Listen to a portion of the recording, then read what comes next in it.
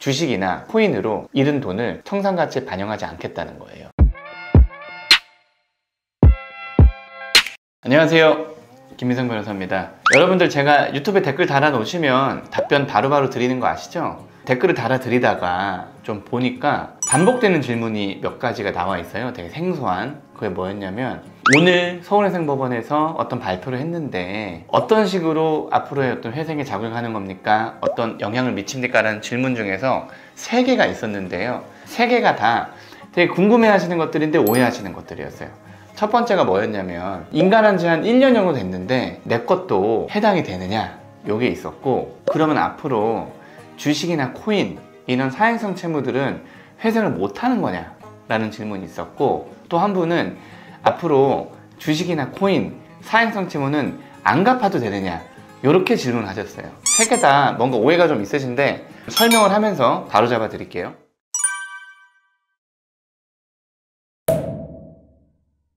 일단 그 서울회생법원에서 실무준칙이라는 걸 만듭니다.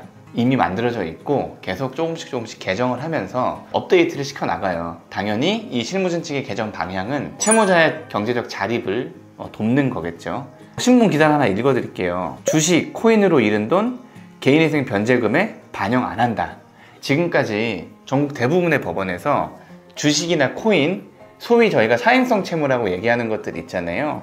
그런 채무들을 청산가치에 반영해라 라는 보정들이 많이 나왔어요. 청산가치에 대해서 여러분들이 이 영상들을 보셨으면 아실 거예요. 그게 뭐냐면 그냥 내 재산이라고 보시면 돼요.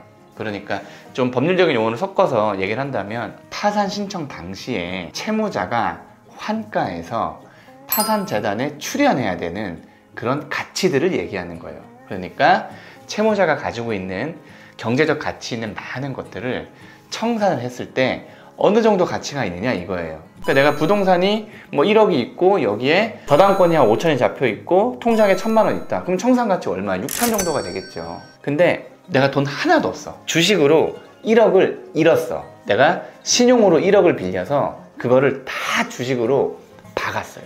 완전 탕진해 버렸어. 그러면 법원에서 어떤 보정이 나왔냐면, 개인회생이란 제도는 뭐 성실하지만 불운한 어떤 자립을 위해서 있는 제도이기 때문에 사행성으로 순식간에 돈을 날려버린 사람들하고 열심히 살면서 뼈 빠지게 뼈 아프게 갚으다가 한 사람하고 동일하게 빚을 갚으면 이게 형평성에 어긋나는 거 아니냐. 그래서 사행성 채무로 인한 손해금들을 청산가치에 반영하는 방식으로 변제를 하라고 얘기를 했어요.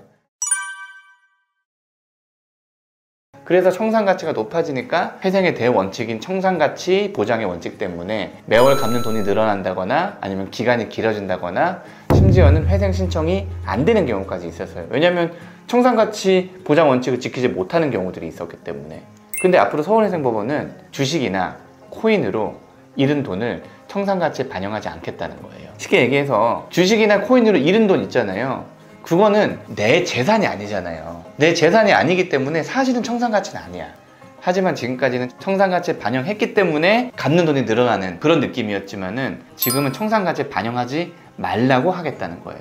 그럼 어떻게 돼? 주식이나 코인으로 순식간에 돈을 잃어도 내가 버는 월 소득에서 최저 생계비나 아니면 기타 추가 생계비들을 제외한 나머지 금액을 36개월 원칙대로, 아니면 뭐 기타 다른 재산이 있다면은 기간이 좀 늘어난 60개월까지 그렇게 갚게 하겠다는 거예요. 채무자 입장에서는 사실 너무너무 좋은 변화인 것 같아요. 특히 이제 채무자들 중에서 주식이나 코인으로 순식간에 많은 빚을 진 20, 30대 분들 있잖아요. 20, 30대 분들이 보통 회생 파산을 신청하시면 대부분이 주식 코인에 따른 손실금이란 말이에요. 청산가치 반영을 하지 않아서 좀 20, 30대 사회 복귀를 빠르게 해주겠다는 거예요.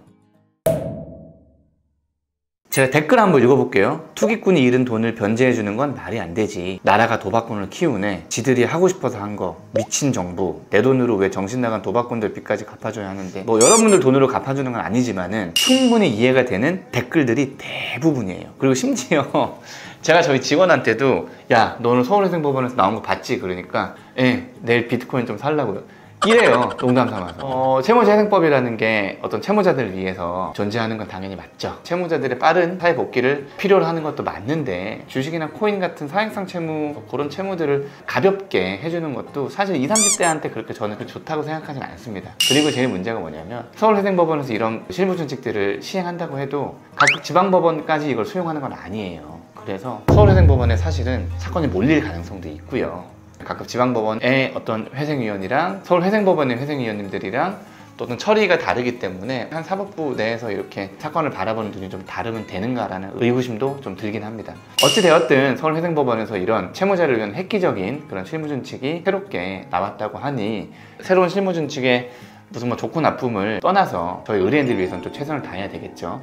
그렇기 때문에 이 대상되는 분들은 신청할 때 저희가 최대한 반영해서 신청서를 작성을 해드릴게요.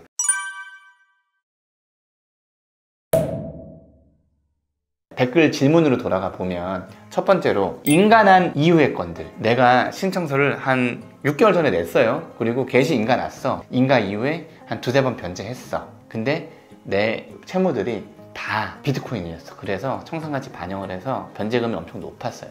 나도 바꿀 수 있습니까? 라고 하면 못 바꿔요. 인가된 변제 계획안은 못 바꿔요. 실무준칙에 그렇게 나와 있을 거예요.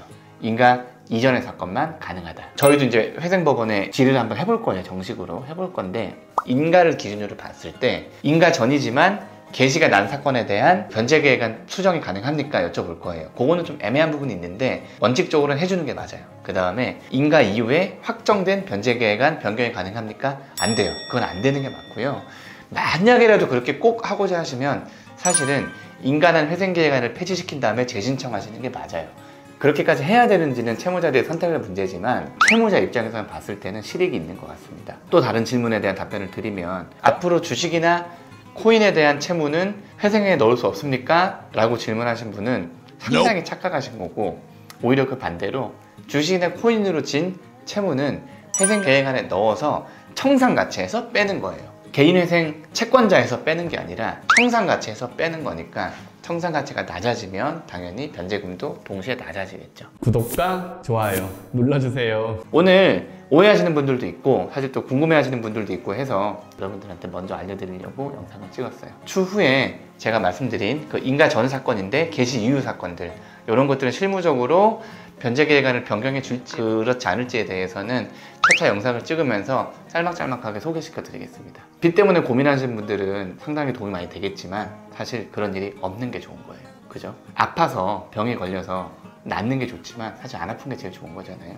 그러니까 채무 관리 잘 하시고, 부모로서 아니면 같은 국민으로서 참 안타까운 사건들이 많이 있습니다.